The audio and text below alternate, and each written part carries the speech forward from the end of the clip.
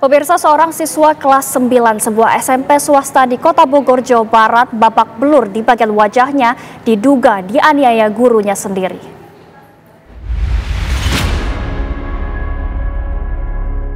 MY, siswa kelas 9 sebuah SMP swasta di Kota Bogor, Jawa Barat, menderita luka lebam di bagian wajah. Diduga MY menjadi korban penganiayaan salah satu gurunya. Orang tua korban kemudian melaporkan peristiwa yang dialami anaknya ke Satreskrim Polresta Bogor Kota. Kronologisnya secara singkat bahwa ada salah satu tenaga pengajar itu memberitahu atau mengingatkan kepada muridnya pada saat jam pelajaran ya dilakukan untuk dari keterangan korban menjewer dan melakukan pemukulan. Tidak mengerjakan tugas atau seperti apa sih bentuknya? Itu sedang kami dalami. Ini karena kami masih mendapatkan keterangan dari orang tua. Jadi kita dalami kepada saksi korban.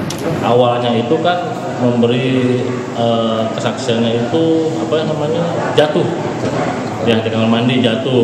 Saya kan yang namanya musibah, berpikir awalnya musibah. Kita nggak ada apa-apa lah, sini lurus-lurus aja. Cuman besoknya ada temannya jenguk beserta orang tuanya itu bilang bahwa kejadian itu bukan sebenarnya, malah yang ada itu anak saya itu dihajar sampai pingsan.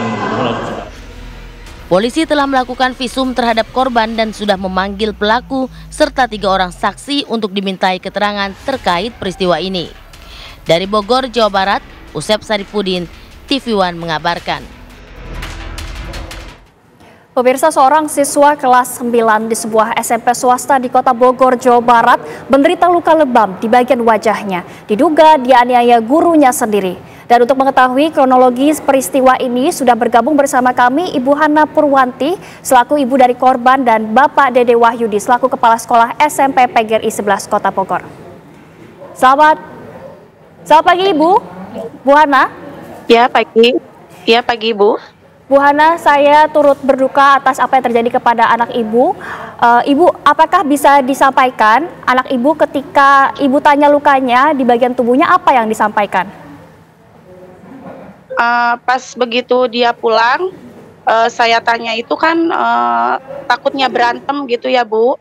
Taunya bilangnya tuh jatuh. Kalau ke saya tuh tetap bilangnya jatuh. Oke. Kemudian menurut anak Ibu siapa yang melakukannya dan di mana dilakukan selain jatuh tersebut, apakah anak tersebut menyampaikan apakah dia dilukai atau disakiti oleh seseorang dari sekolahnya, Bu? Enggak, anak saya tetap dia tuh seperti kayak ketakutan gitu ya Bu, kayak takut gitu. Dia bilang tetap, saya tanya ini jatuh apa berantem apa gimana, dia tetap jatuh, bilangnya jatuh sama saya. Tapi saya di situ nggak percaya kalau anak saya jatuh karena kok jatuh sampai lebam begitu gitu Bu. Oke, kemudian Ibu mencurigai adanya lebam tersebut, apakah kemudian Ibu bertanya ke pihak sekolah? Kebetulan kan memang pihak sekolah yang mengantarkan anak saya ke rumah. Katanya dari pihak sekolah pun ya bilangnya anak saya tuh jatuh. Nah di situ tetap saya nggak percaya juga gitu Bu. Saya tanya lagi ke anaknya pun, anaknya juga bilangnya jatuh. Oke, kemudian bagaimana Ibu mengetahui bahwa ada terjadi pemukulan terhadap anak Ibu?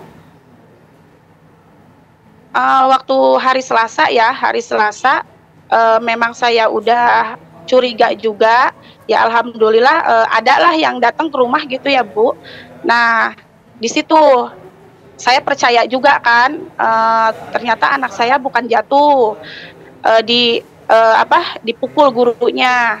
Ya udah di situ saya udah tahu, saya langsung lapor ke pihak kepolisian. Oke, berarti Ibu tidak mendapatkan informasi tersebut dari pihak sekolah, melainkan dari pihak lain ya Bu? Iya. Apakah sudah Ibu konfirmasi ke sekolah? Justru kalau yang di situ ada balik lagi gurunya bilang sama saya bilang ini anak saya bukan jatuh kan, saya bilang gitu. Nah di situ si guru itu ya jujur sama saya gitu. Oke, apakah guru Katanya ya memang. Baik, Ibu, Kenapa, Bu? apakah guru tersebut yang melakukan penganiayaan atau ini ada berbeda gurunya? Bukan, kan memang juga waktu pas awal yang anak saya itu diantarkan sama guru yang satu, terus menyusul lagi guru yang dua, termasuk yang si gurunya yang mukul anak saya itu. Nah, dia pun bilangnya ke saya kan jatuh, katanya gitu kan, dijewer jatuh, katanya gitu. Nah, nggak lama tuh hari apa gitu, nah si guru yang itu tuh balik lagi ke rumah. Dia jujur sama saya kalau anak saya itu memang bukan jatuh. Oke, apakah ada ceritanya, Bu? Bagaimana bisa sampai ada oknum guru ini yang melukai anak Ibu? Anak saya tuh katanya lagi pada ngobrol di majelis ya, Bu. Lagi ngobrol di majelis katanya, terus memang anak saya tuh belum sholat juga katanya kan, tapi memang udah wudhu. Nah, udah gitu katanya datanglah si guru itu datang ke anak saya, terus dia manggil anak saya, ya apa, anak saya kan di situ wali kelas ya, Bu ya, ketua kelas, Bu. Nah, dia bilang apa namanya, intinya menegur, harus mencontohkan katanya sama adik-adik sama adik-adik kelasnya itu yang baik. Nah, udah gitu anak saya dijewer,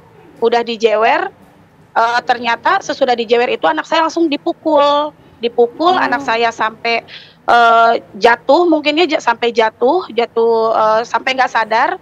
Terus dipukul lagi, udah dipukul anak saya ditendang, mukanya sampai keluar darah dari hidung. Oke, Ibu sebelumnya apakah anak Ibu cerita saat dia ditegur oleh gurunya, ia melakukan perlawanan? Dia sih pas waktu yang ada yang bilang ke saya, baru dia mau cerita, terus dia cuman menutup muka, tapi di situ udah dihajar katanya menutup muka, tapi mungkin dia udah nggak sadar, Bu. Jadi tangannya itu ya terlepas lah dari muka dia, terus dihajar lagi katanya sama gurunya. Baik, Ibu, terakhir kondisi anak Ibu sekarang seperti apa?